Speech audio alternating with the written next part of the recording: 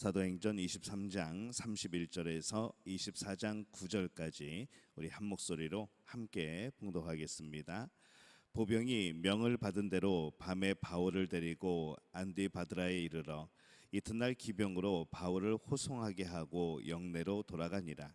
그들이 가이사랴에 들어가서 편지를 총독에게 드리고 바울을 그 앞에 세우니 총독이 읽고 바울더러 어느 영지 사람이냐 물어 길리기아 사람인 줄 알고 이르되 너를 고발하는 사람들이 오거든 내 말을 들으리라 하고 헤롯궁에 그를 지키라 명하니라.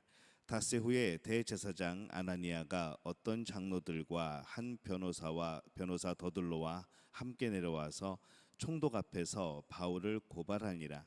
바울을 부르매 더둘로가 고발하여 이르되 벨렉스 각하여 우리가 당신을 힘입어 태평을 누리고 또 이 민족이 당신의 선견으로 말미암아 여러 가지 개선된 것을 우리가 어느 모양으로나 어느 곳에서나 크게 감사나이다.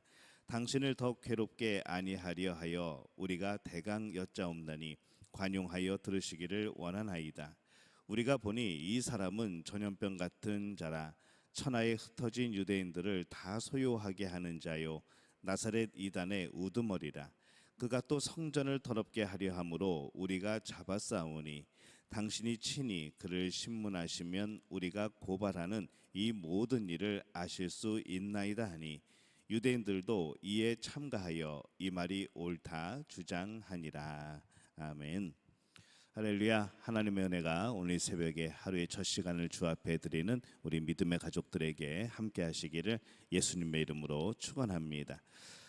오늘 말씀은 대제사장이 이 로마 총독 앞에서 바울을 죄인으로 이렇게 몰아붙이는 그러한 내용을 담고 있습니다.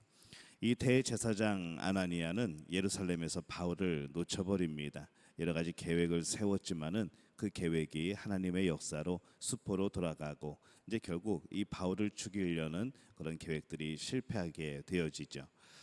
사내들인 내에서 의견의 불일치가 있었을 때에 그들은 결사대를 통해서 이 바울을 죽이려고 했습니다.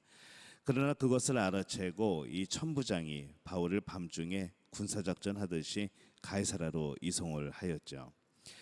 바울은 예루살렘에서 이 로마 총독이 거주하는 이 가이사랴로 이동이 됩니다. 그러나 이 대제사장은 바울을 죽이기 위해서 이번에는 또 전문 변호사를 대동하여서 이 가이사랴를 방문을 합니다.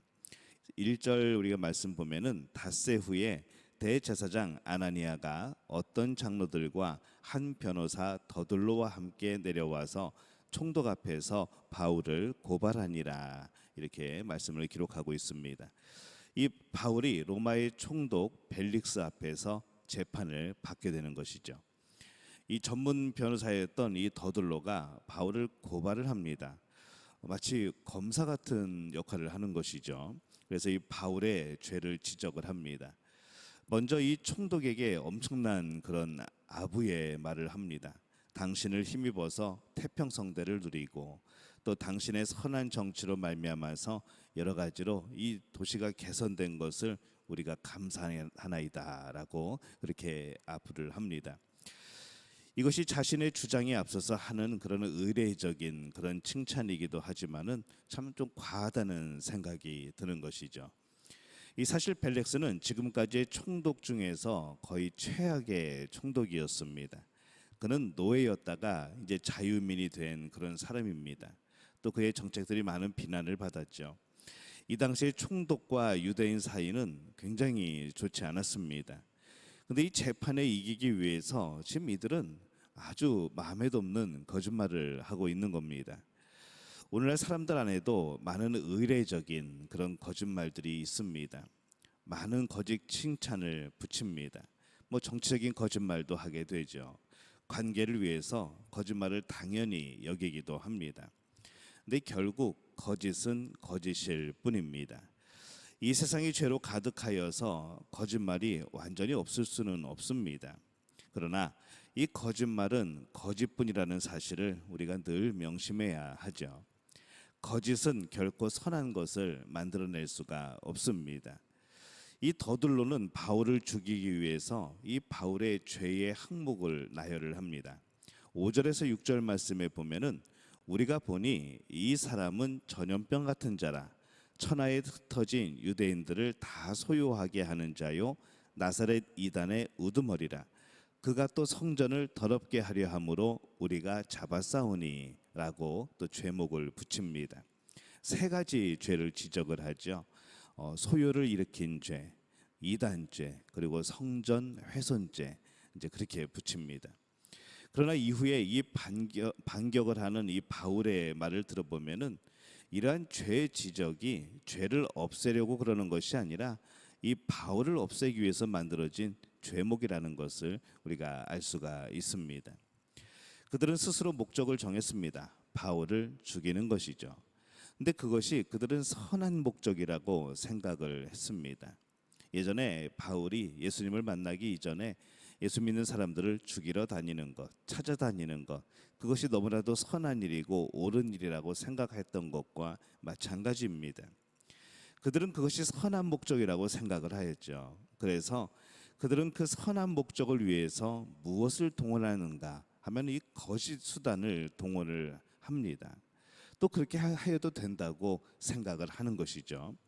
그래서 이 바울을 죽이는 목적을 위해서는 어떤 거짓말도 합당하다라고 그들은 여기고 있습니다. 그러나 이러한 생각들은 굉장히 조심해야 합니다. 이 사람들은 목적을 위해서는 거짓 수단을 사용할 수 있다라고 생각하는 경향들이 많습니다. 목적이 선한 목적이라는 생각만 있으면은 때로는 이 거짓 수단을 사용해도 된다는 그런 논리가 우리도 모르게 우리 안에서 시작되어지는 것이죠. 하지만 결코 그렇지 않습니다. 아무리 목적이 선하다고 할지라도 이 거짓 수단을 사용해야 그 목적을 이룰 수 있는 것이라면 그것은 선한 목적이 아닙니다. 그것은 하나님을 지혜로운 통치자가 아니라 하나님이 우리의 주인 되시고 우리를 통치하시는 분이 아니라 하나님을 참 어리석은 분으로 우리의 생각과 우리의 판단으로 하나님의 지혜를 뛰어넘는, 그러면 하나님은 결국 우리 안에서 어리석은 분이 되어버리는 것이죠. 하나님이 하지 못하기 때문에 우리가 한다라는 이런 논리가 되어버립니다. 선한 목적을 가진 사람이 그 선한 목적을 이룰 수 있도록 하나님께서 힘과 지혜를 주셔야 하는데 하나님이 하지 않으시니까 사람이 억지로 하기 위해서 거짓을 동원하는 것과 마찬가지인 것이죠.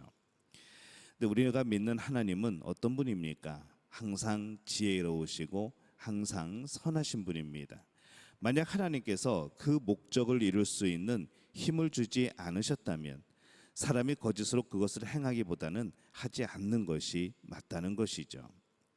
하나님이 주지 않으면 힘으로 선한 목적을 이룰 수 있는 것은 하나도 없습니다. 아무리 하나님 나라를 위하여서 그것을 쓴다고 하여도 그 수단이 거짓이라면 그것은 하나님의 나라를 세워가는 것이 아니고 하나님의 나라를 망가뜨리고 무너뜨려가는 것이죠. 그래서 이 수단이 거짓이라면 그 목적도 거짓 목적이 되어버립니다. 그러니 이 선한 목적이라면 선한 수단을, 선한 방법을 사용할 수가 있어야 합니다. 이 선한 방법을 넘어선다면 목적도 선한 것을 넘어서 거짓이 된다는 것을 우리가 늘 기억해야 될 필요가 있습니다.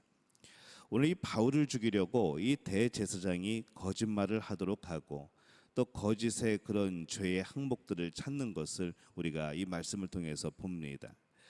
그렇게 거짓을 행하는 것으로 벌써 그가 잘못된 목적을 이루려고 한다는 것을 우리는 발견을 하는 것이죠. 오늘도 우리도 늘 깨어 있을 필요가 있습니다. 속지 말아야 되죠. 선한 목적을 가진 거짓 수단은 결코 있을 수가 없습니다. 선의의 거짓말은 있을 수 없습니다. 세상을 주관하시는 우리의 하나님은 참된 분이십니다. 그렇기 때문에 그분의 통치에 순종하는 하나님의 백성은 언제나 참됨 안에 있어야 하는 것이죠. 오늘 우리들의 모습은 어떻습니까? 선한 목적을 가지고 선한 방법을 사용하고 계십니까? 거짓된 목적을 두고 선한 방법을 사용한다고 오해하고 있지는 않습니까? 또 우리의 그런 선한 방법이 아닌 거짓된 방법을 통하여서 하나님의 통치하심이 아닌 내 통치, 내 영역, 내 주장이 강조되어지는 그런 삶을 살아가고 있지는 않습니까? 하나님의 사람은 오직 순결하고 정직한 겁니다. 목적이 정직하고 이 수단도 동일하게 정직해야 되는 것이죠. 오늘 우리가 하나님 앞에 그 정직으로 살아가고 있는지, 오늘 하나님 앞에 그 선함으로 살아가고 있는지, 오늘 우리의 삶을 돌이켜보면서 나의 삶이 항상 하나님 보시기에 순결하고 정직한 또 거룩한 그러한 삶이 되어지시기를 바랍니다. 오늘도 그 안에서 우리가 매 순간 깨달으며 하나님께 더욱더 가까이 나가기 위한 그런 삶을 살아가는 우리 모든 믿음의 가족들이 되어지시기를 예수님의 이름으로 축원합니다.